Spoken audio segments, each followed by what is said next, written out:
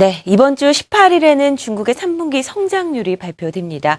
현재 중국의 경제 경착륙 우려가 계속해서 우려되고 있는 가운데 발표되는 것이라서 시장에 관심이 되고 있고요. 또 이 가운데 위안화 가치는 계속해서 절상되고 있습니다. 오늘 중국에 대해서 자세하게 확인해보는 시간 가져보도록 하죠. 한국경제신문 한상춘 논설위원입니다.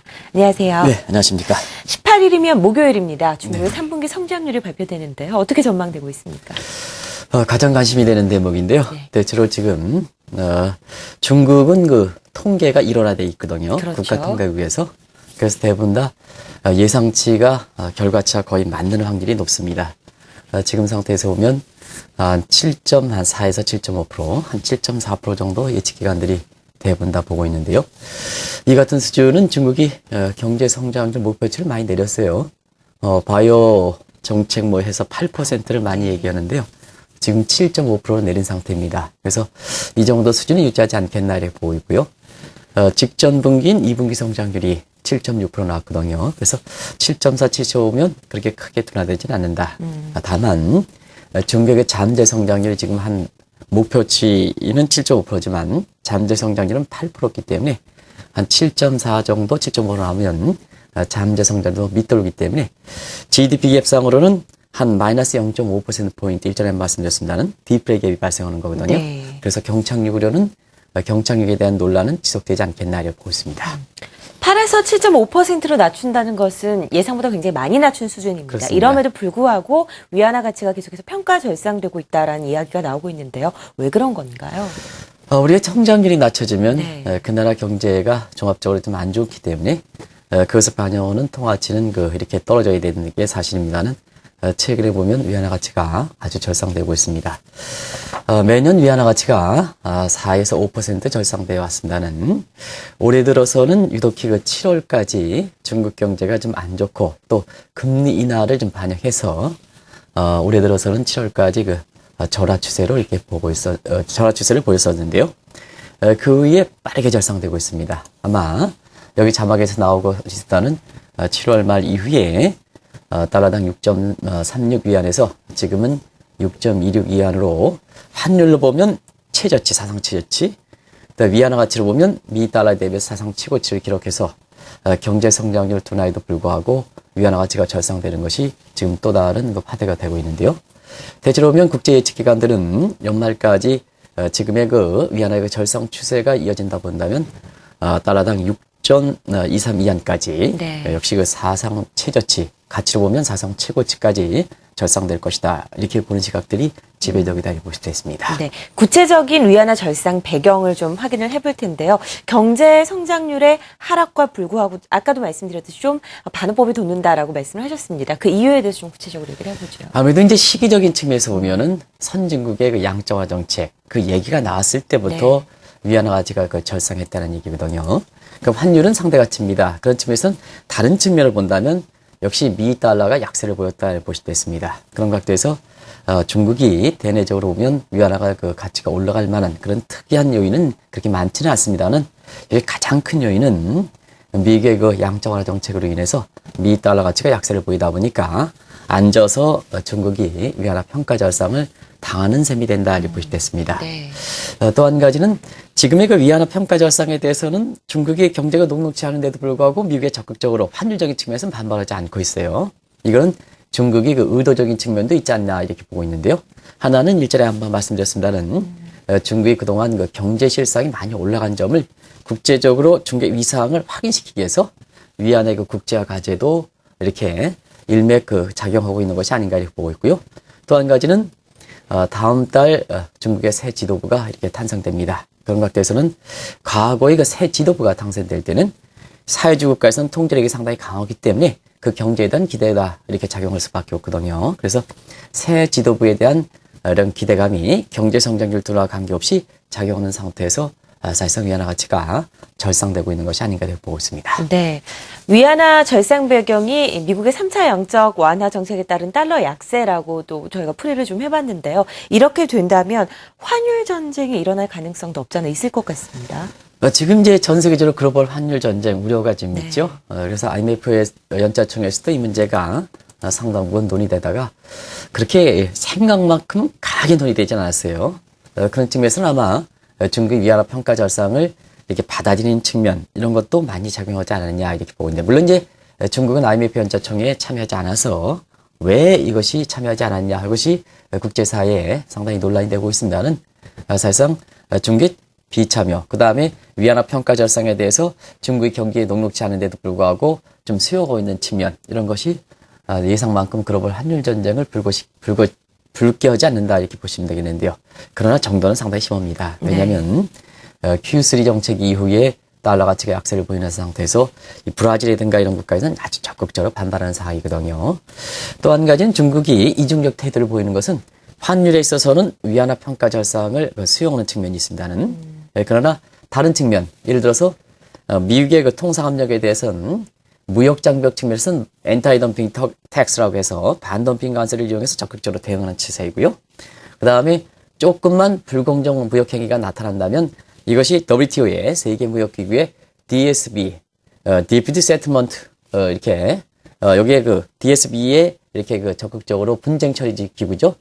분쟁 처리에 적극적으로 제소하는 상황입니다. 그래서 신보주의 움직임이 이렇게 나오고 있는데요.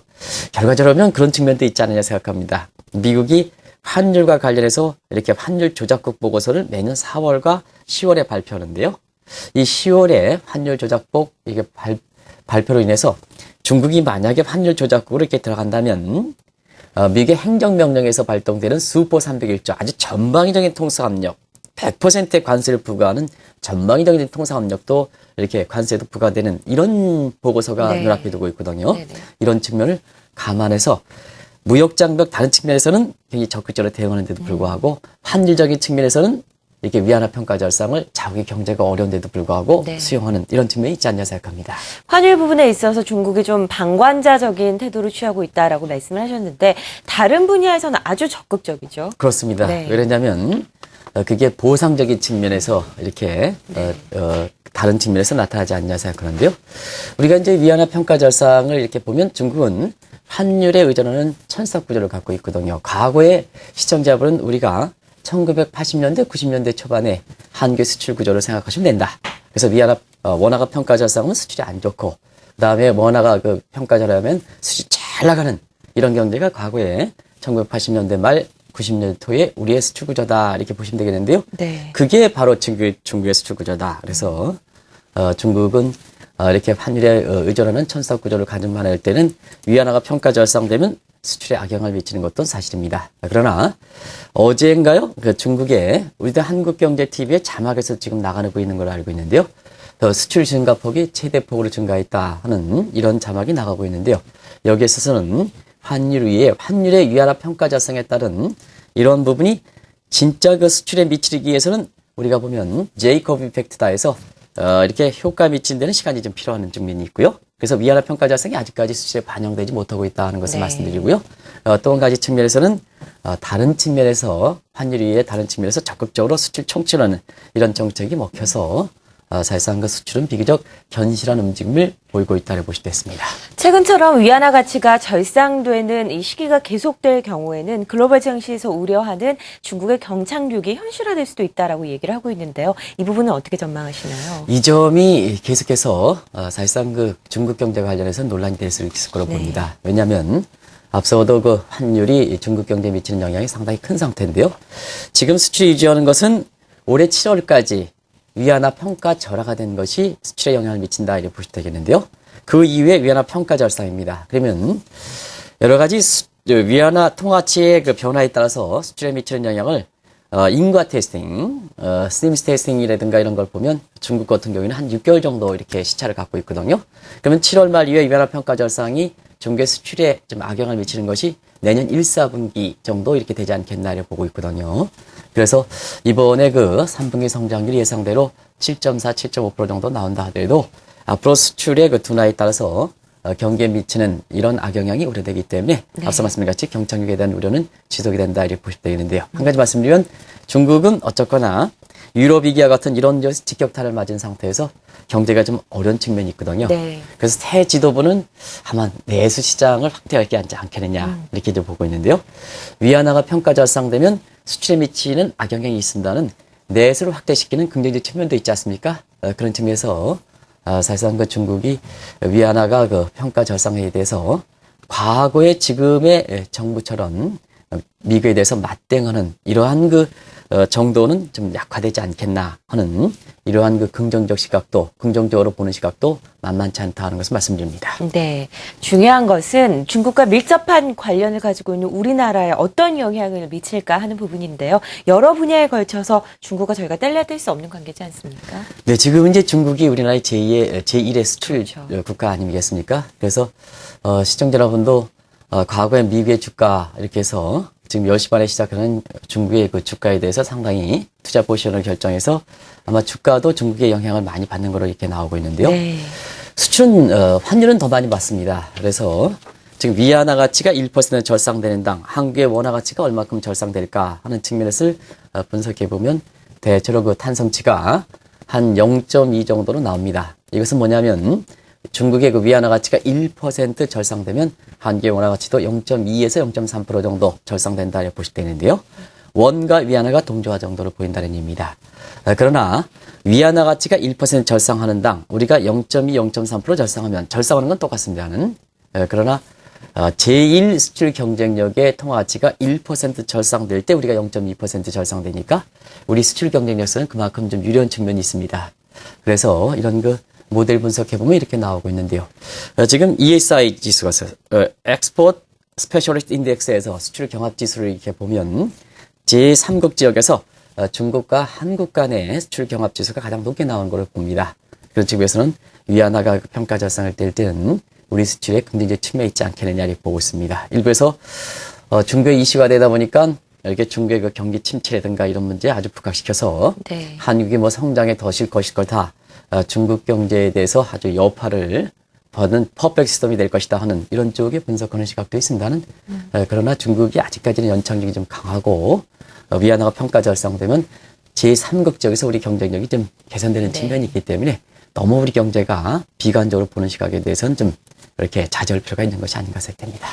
네, 오늘 목요일에 중국의 3분기 성장률이 발표가 됩니다. 현재 어떤 수치가 나와 있는지, 중국에 계속해서 우려되고 있는 경착륙과 어떤 관련이 있는지에 대해서 자세히 살펴봤습니다. 한국경제신문 한상춘 논설위원이었습니다. 말씀 고맙습니다. 네, 고맙습니다.